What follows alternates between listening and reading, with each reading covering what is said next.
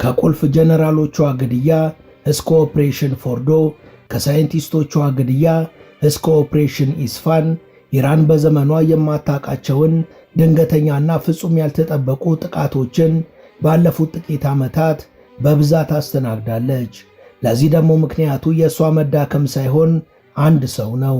የቀድሞ የደህንነት ሚኒስቴር የነበረና ጦር ሰራዊቷን ለበርካታ ዓመታት ያገለገለ አንድ ሰው። ይህ ሰው የኢራን ባለውለታ፣ ኢራንም የሰውየው ባለውለታ ነበረች። ከዛ ግን በሙስና ተከሶ ዘብጥያ ወረደ። ከእስር ሲለቀቅም ከመንግሥት ሠራተኝነቱ ተሰናብቶ ነጋዴ ሆነ። ከዛም በ2006 ላይ ወደ ቱርኳ ኢስታንቡል ተጓዘ። በዛው ደብዛው ጠፋ። የኢራን የመከራ ምጥም አንድ ብሎ ጀመረ። ለዓመታት የሰመረ ጋብቻ ውስጥ ያሉት አሜሪካና እስራኤልም በዚህ ሰውዬ በእጅጉ ተጠቅመዋል።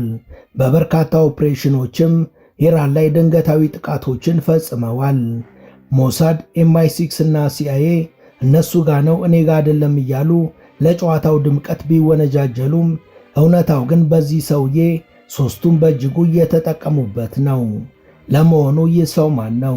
Former US and Israeli intelligence agents say this man, Ali Reza Asghari, then a member of Iran's Revolutionary Guard,